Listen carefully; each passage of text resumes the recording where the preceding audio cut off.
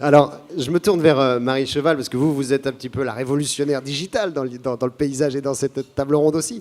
Vous êtes à la tête de Boursorama, c'est-à-dire que on ne va pas utiliser l'ubérisation ce soir, parce que c'est devenu un terme complètement galvaudé, mais vous êtes, pour la banque, et notamment Boursorama, un des pionniers à avoir créé cette banque sans agence, 100% digitale.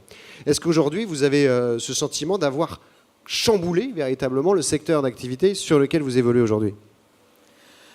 Oui, bonsoir à tous. Je pense qu'on n'a pas la prétention d'avoir tout chamboulé, mais c'est vrai que quand on a lancé donc, la banque en ligne il y a 10 ans, ça a semblé à tout le monde un petit peu bizarre qu'on n'ait pas d'agence, que la carte bancaire sera gratuite. Et ensuite, quand on s'est lancé dans le crédit immobilier tout en ligne, les gens ont dit, mais en fait, le crédit immobilier est un truc beaucoup trop sérieux pour le faire, pas en face à face et en ligne ou au téléphone.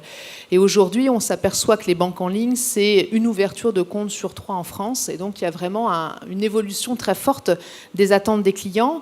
Et c'est vrai qu'on a la chance d'être un pure player, c'est-à-dire que de la banque. Et donc, on a moins de sujets de transformation d'agence ou de réseau, vu qu'on en a déjà plus. Oui. Alors, moi, je crois que néanmoins, ce qui est important, c'est qu'on ne faut pas limiter le digital à est-ce que c'est du face-à-face, est-ce qu'on va dans le supermarché ou est-ce qu'on commande sur Internet.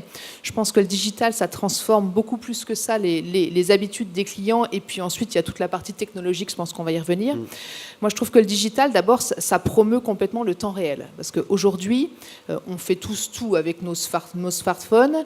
On a l'habitude de commander des trucs, de les avoir 24 heures après, de s'inscrire sur Facebook, c'est immédiat. Et donc, on n'a plus la patience d'attendre. Voilà. Et ça bouleverse absolument toutes les industries. Quand on a une expérience client qui s'est considérablement élevée, et quand effectivement on a un livre livré en 24 heures sur Fnac.com, c'est difficile de penser qu'il faut attendre 10 jours pour avoir une réponse sur son crédit immobilier. Voilà, donc ça c'est la première chose. Ou chez son libraire. Ou chez son libraire. Même si on aime bien tous plutôt aller chez son libraire quand on a le temps. Et c'est là la difficulté, c'est que le digital, ça implique, je pense, que les marques aient des promesses très différenciées. Il y a le libraire, il faut qu'il soit du coup super bon en conseil s'il veut qu'on y aille, parce que sinon on va commander directement en ligne. Et donc le digital, en fait, ça a facilité beaucoup la comparaison. Et les recommandations sont différentes. Aujourd'hui, si vous voulez dans un restaurant ou dans un hôtel, vous allez sur TripAdvisor. Et vous croyez plus la recommandation de quelqu'un que vous ne connaissez pas plutôt que la recommandation de votre super copain qui s'y connaît très très bien au restaurant. Donc voilà, et ça change la façon de consommer. C'est-à-dire qu'on fait beaucoup plus attention au rapport entre la qualité et le prix. Le prix est devenu de plus en plus important. On ne va pas toujours au meilleur prix, au prix le plus bas, mais néanmoins on choisit. Et effectivement, si j'ai un super dîner à faire, j'irai dans la cave à maturation, etc., voir les super viandes. Si c'est pour aller très vite, je vais peut-être faire différemment. Voilà. Et ça, c'est très important. Et dans la banque, nous, on considère qu'il y a différentes promesses. La promesse de Boursorama, effectivement, c'est moins cher, des produits performants, mais il n'y a pas d'agence. Et puis, il y a d'autres promesses qui sont différentes. Alors déjà, pour vous donner une idée, par rapport à Marie Cheval et Serge Papin, vous êtes tous les deux dans une actualité qui est quand même un peu chargée, puisque du côté de la grande distribution, vous le savez peut-être, ils sont en train de terminer leurs négociations avec les différents partenaires et prestataires. Et puis dans la banque, on va y revenir aussi, Marie Cheval, mais il y a justement un enjeu stratégique énorme pour Boursorama et pour les bourses en ligne, c'est celui de la mobilité bancaire et la capacité à faire transférer des clients qui sont aujourd'hui chez les banques traditionnelles vers les banques en ligne. Et je signale, parce que j'imagine que vous le savez, mais parfois c'est mieux de le dire, que Boursorama est une filiale de la Société Générale. Donc on est dans cette dualité-là aussi qui n'est pas inintéressante et on y reviendra. Alors Marie Cheval, là on met déjà le doigt sur ce qu'est à la fois le futur par l'innovation, mais les nouveaux métiers aussi que ça implique. Et c'est vrai que tout à l'heure, quand j'évoquais le fait qu'avec la mobilité bancaire, il y a un enjeu stratégique énorme pour les banques en ligne et pour Boursorama d'aller chercher les clients, ça veut dire aussi transformer les métiers par la technologie, les métiers de ceux qui font la banque aujourd'hui. Oui, effectivement, le digital incite effectivement à radicaliser la stratégie de marque. Je reprends cette expression qui est formidable pour proposer des promesses plus claires. Ensuite, le digital, ça change absolument tout. Là, on a beaucoup parlé du comportement des clients, mais il y a dans le digital des évolutions technologiques qui font d'ailleurs que c'est une vraie révolution. Et ça concerne absolument tous les secteurs, tous les domaines. On parle de la presse, de la distribution. La banque est concernée également. Et donc, ça crée plus que créer des nouveaux métiers, je pense que ça transforme la façon dont on a de considérer des processus. Les banques, et je pense que beaucoup de DSI dans la salle le savent, c'est avant tout des usines. On parle d'ailleurs d'usines bancaires. On est des usines à traiter des dossiers, à traiter des ouvertures de comptes. Et on est donc, au-delà de la relation client en agence, moins de visites d'agence, etc., concerné dans tous les stades de la chaîne et tous les back-office, avec des éléments très importants qui ne sont pas toujours ceux auxquels on pense. Moi, je pense typiquement que le cloud, ça change beaucoup de choses. Ça change les attentes clients, ça change nos vies.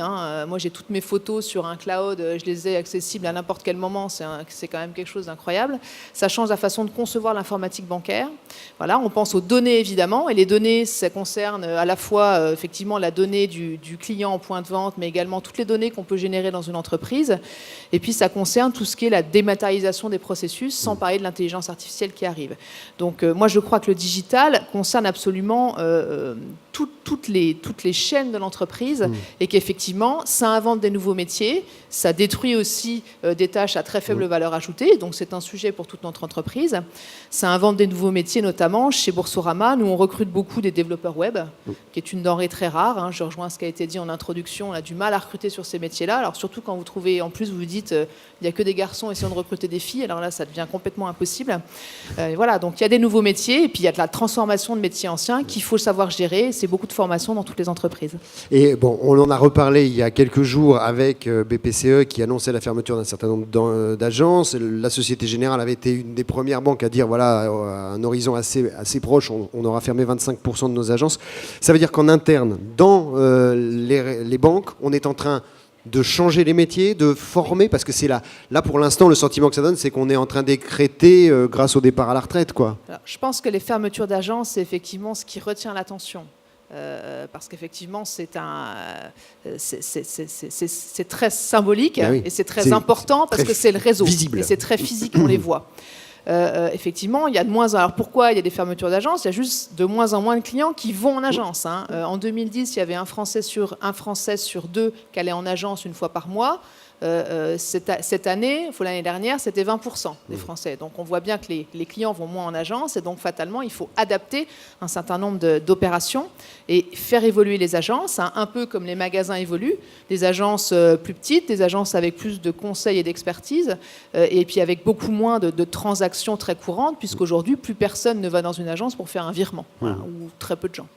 Donc voilà, donc ça, mais en dehors de cette transformation-là, effectivement, il y a la transformation de tous les autres métiers, tous les gens qui sont dans les bases arrières qu'on ne voit pas, qui là aussi doivent faire évoluer des métiers. Et donc c'est beaucoup de transformation, mais je crois que la banque est à l'image d'autres secteurs qui doivent se transformer considérablement. Vous vouliez ajouter, Marie Cheval, quelque chose? Non, je pense que sur le côté intrusif, là aussi les comportements des clients évoluent. Moi je me rappelle il y a quelques années, il y a beaucoup de gens qui hésitaient à envoyer des SMS aux clients. C'est vrai qu'aujourd'hui on reçoit plein d'SMS de vente privée, etc. Et finalement on fait le tri. Voilà. Le client, si à la fin, de toute façon, c'est lui qui doit avoir le choix. Mais si on lui propose d'autres choses, on lui met en valeur des choses, des bons plans aussi. Ils adorent quand même les bons plans, les clients. Ils sont plutôt satisfaits. Il y a aussi un sujet sur lequel les clients demandent d'être informés en permanence, c'est tout ce qui est la sécurité et la réassurance. C'est ce que j'allais vous dire, parce que notamment pour un intermédiaire bancaire, il y a cette obligation d'assurer, de réassurer, de faire en sorte qu'on soit persuadé, notamment sur une banque sans doute en plus digitale, c'est-à-dire où il n'y a pas ce client, cette agence, je veux dire, d'être sûr que l'argent qu'on a, il est protégé, quoi. Nous, typiquement, je pense qu'on a beaucoup plus de relations avec nos clients qu'une banque classique, mais c'est des relations très différentes. On ne voit jamais nos clients. Oui. Alors, voilà. On les a au téléphone, on leur envoie beaucoup de SMS. Chez Boursorama, quand vous faites un paiement avec votre carte bancaire de plus de 200 €, vous recevez un SMS immédiatement. Ça sert à quoi? Ça sert à faire que si ce n'est pas lui qui a initié le paiement, il peut réagir tout de suite. Idem quand vous retirez de l'argent, idem quand vous êtes dans un pays à l'étranger, le premier SMS. Quand on y pense, c'est assez intrusif. Les clients, ils demandent ça parce que c'est des facteurs de réassurance. Et je pense qu'aujourd'hui, on parle beaucoup du digital. Il y a un sujet qui est indispensable sur le digital, c'est la sécurité. Parce que si on lâche sur la sécurité, là, pour le coup, on aura perdu beaucoup de choses et on aura détruit beaucoup de valeurs. Et donc, comment est-ce qu'on s'assure de ça? Parce qu'on parlait tout à l'heure avec Orange Business Services, on disait, voilà, ça peut arriver de perdre des données, ça peut arriver. Il y a quelques semaines, je discutais ici même avec Joël Deronet qui disait demain, l'intelligence artificielle sera le premier hacker, sera le premier capable de hacker un système. Ouais. Comment on se prémunit de ça? Comment on s'assure de ça? Déjà, il faut avoir un bon DSI. Oui. Et je pense que Ça les va faire DSI... plaisir. Voilà. Non, mais je pense que le DSI, C'était aujourd'hui... gagné. Enfin, le digital donne du pouvoir au DSI, ou alors l'entreprise est mal organisée.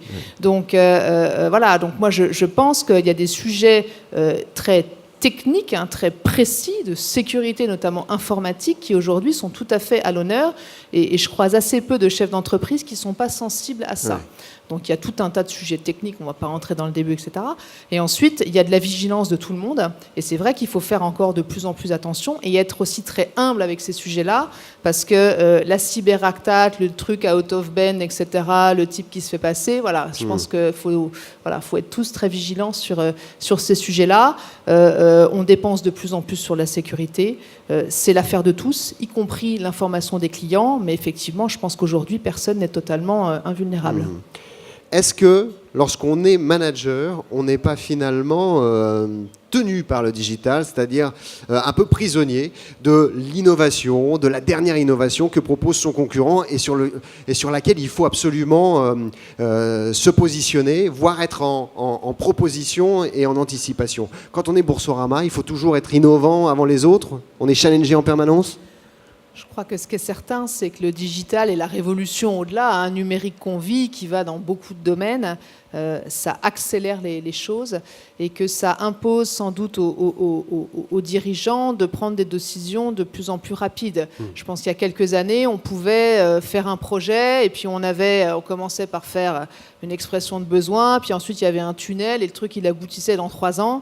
Aujourd'hui, très clairement, on ne peut plus fonctionner comme ça. Et donc, ça impose en termes de management des choses très différentes. Le time to market devient sans doute beaucoup plus important qu'avant. Ça se traduit d'ailleurs en informatique par tout ce qui est développement agile, etc. Et donc, ça impose effectivement à l'entreprise de pouvoir mettre en marché des choses beaucoup plus rapidement. Néanmoins, voilà, une entreprise, c'est aussi avoir une vision quand même assez claire de son positionnement. Et on revient sur l'expérience de marque, je pense que c'est très important. Avoir un positionnement, défendre ce modèle, s'y tenir et avoir quand même des perspectives un peu de positionnement, parce que sinon, on n'arrête pas d'enquiller des innovations et c'est pas ça qui fait la réussite d'une entreprise. Et cette agilité, dans la mesure où ça nécessite quand même de gros investissements, on a la possibilité de l'expertiser un peu en amont quand même, de reculer le cas échéant. Cette agilité, elle permet ça aussi. Je pense que ce qu'on voit dans le digital aussi, c'est qu'il y a beaucoup de choses qui se font sur le test and learn. On peut se permettre de tester des choses. Je pense qu'il faut aussi pouvoir voir assez rapidement si ça fonctionne ou si ça ne fonctionne pas et pouvoir ensuite passer à autre chose. C'est ce que font très bien certains pure players. Quand vous allez voir Amazon, ils testent systématiquement 2 sites. Voilà. Et puis ils voient ce qui clique le plus et puis ils gardent celui qui fonctionne le plus. Voilà. Je pense qu'il faut aussi se mettre dans ces schémas-là. Alors ça marche pour certaines choses, ça ne marche pas pour tout. Quand vous changez un core banking system dans une banque, bon, le test and learn et le développement agile, c'est bien, mais c'est pas ça qui va faire que vous allez être beaucoup plus efficace à la fin. Merci en tout cas Serge Papin, PDG de Système U, Édouard Carle, DG et cofondateur de Babylou, et Marie Cheval, directrice générale de Boursorama. Merci à vous 3. Bonne soirée. Elle continue. Vous allez pouvoir dîner. Il y avait des attentes. Bonne soirée à vous.